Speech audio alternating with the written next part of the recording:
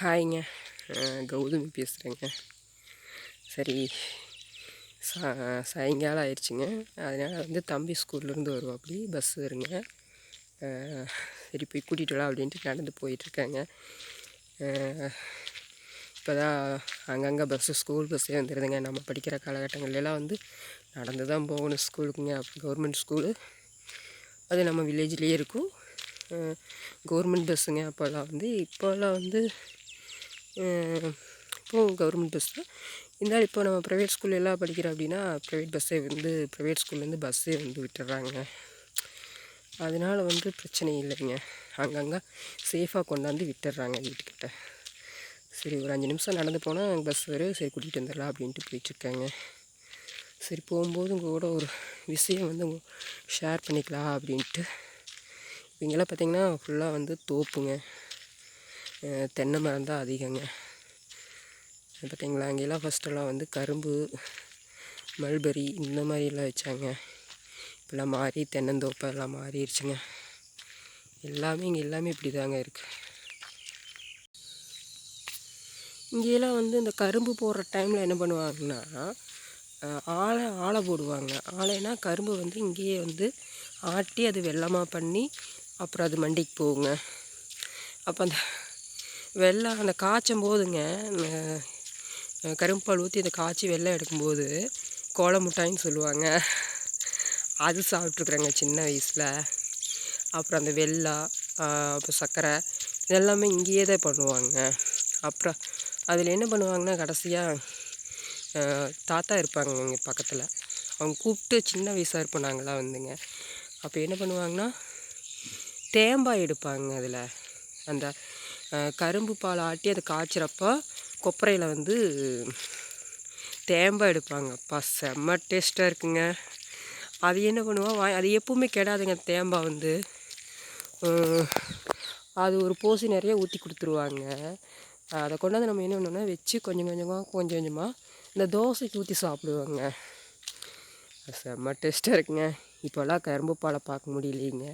தேங்காய், கோல முட்டை, கரும்பே சாப்பிட்றதுக்கு வாய்ப்பில்லை பார்த்துக்குங்க. எத்தனை கரும்பு உடச்சி சாப்பிட்ருக்குறான். அப்புறம் அந்த சோவை மாட்டுக்கு பொறுக்கிட்டு போவாங்க. தீனி இல்லைன்னா அந்த சோவை பொறுக்கிட்டு போய் மாட்டுக்கு போடுறது. அந்த மாதிரி நிறைய இந்த மாதிரி கரும்பெல்லாம் தான் இங்கே வச்சுக்கிட்டு இருந்தாங்க. இப்போ எல்லாமே கரும்பு எல்லாம் மாறி இப்படி தென்னந்தோப்புக்கு மாற ஆரம்பிச்சிட்டாங்க. இது என்னன்னு தெரில, ஆள் பற்றாக்குறை. அப்புறம் இன்னொன்று கூலி அதிகமாகிடுச்சுங்க விவசாயத்தில். இப்போ இங்கே பார்த்தீங்கன்னா இங்கேயும் தோப்புங்களா, இந்த சைடுமே இந்த சைடு தோப்பு பார்த்தீங்களா, எங்கே பார்த்தாலும் அந்த தென்னந்தோப்பு தாங்க. ஆட்கள் கிடைக்கிறது இல்லைங்க வேலைக்கு. அப்புறம் என்ன தான் நம்ம நவீன இயந்திரங்கள் நிறையா வந்தாலுமே ஆட்கள் செய்ய வேண்டிய வேலையெல்லாம் நிறையா இருக்குங்க. அதுக்கு ஆட்கள் பற்றாக்குறை. அப்புறம் கூலி இப்போ அதிகமாகிடுச்சிங்க. இப்போ ஆளுகளுக்கே பார்த்திங்கன்னா 350 ரூபா பெண்கள் வேலை செஞ்சால், ஆண்கள் வேலை செஞ்சால் 600 700. ஆனால் நம்ம அந்த கூலிக்கு தகுந்த வருமானம் லாபம் அந்த விவசாயத்தில் எடுக்குமா என்னங்கிறது இப்போ இல்லைங்க. ஏன்னா ஒரு சமயம் பார்த்தா நமக்கு லாபம் கிடைக்குங்க விவசாயத்தில். ஒரு சமயம் பார்த்தா அந்த விலை நமக்கு கிடைக்கிறது இல்லைங்க. வெங்காயமே எடுத்துக்கிட்டிங்கன்னா ஒரு டைம் பார்த்திங்கன்னா உங்களுக்கு அது 100 ரூபாய்க்கு விற்கி. அது எப்போனே நம்மளால் சொல்ல முடியாதுங்க. அதே மாதிரி ஒரு டைம் பார்த்திங்கன்னா 10 ரூபாய்க்கு வருங்க. அதுவும் நம்ம எந்த நேரம்னு அது சொல்ல முடியாது இல்லைங்க. அதனால என்னென்னா இப்போல்லாம் இந்த மாதிரி தென்னந்தோப்புகள் அதிகமாக போட ஆரம்பிச்சிட்டாங்க.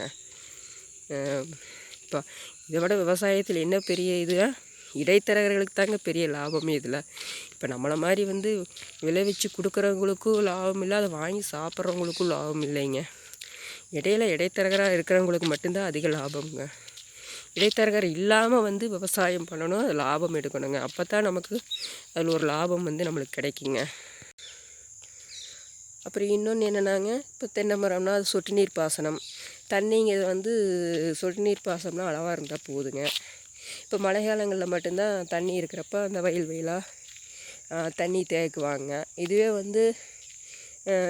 சித்திரை வைகாசி தண்ணி ட்ரை ஆகிற சமயத்தில் சொட்டு நீர் அந்த மரத்துக்கு மட்டும் தண்ணி பாயிற மாதிரி இருக்குங்க. அதனால் இப்படியெல்லாம் மாறிடும். தண்ணியும் பற்றாக்குறை ஆயிடுச்சுங்க. அதனால அதுவும் ஒரு காரணங்க. முடிஞ்ச வரைக்கும் வந்து விவசாயத்தில் வந்து எந்த ஒரு லாபத்தையுமே நம்ம பார்க்க முடியறது இல்லைங்க. நம்ம விவசாயம் வந்து அழிஞ்சு போகக்கூடாது அப்படிங்கிறக்காக வந்து இன்னுமே வந்து அந்த விவசாயம் பண்ணுறவங்க பண்ணிகிட்டே தான் இருக்கிறாங்க. சரி, லாபம் வருதோ இல்லையோ, நம்ம தொழிலை வந்து நம்ம என்றைக்குமே விட்டுறக்கூடாது அப்படின்னு தாங்கி பிடிச்சிட்டு இன்னும் நிறைய பேர் அப்படியே தான் இருக்கிறாங்க. விவசாயிகளில் வந்து யாரும் வந்து பெருசாக வளர்ந்தவங்கன்னு சொல்லி யாரும் இல்லைங்க. அதுதான் நிதர்சனம், உண்மைங்க. ரொம்ப நன்றிங்க.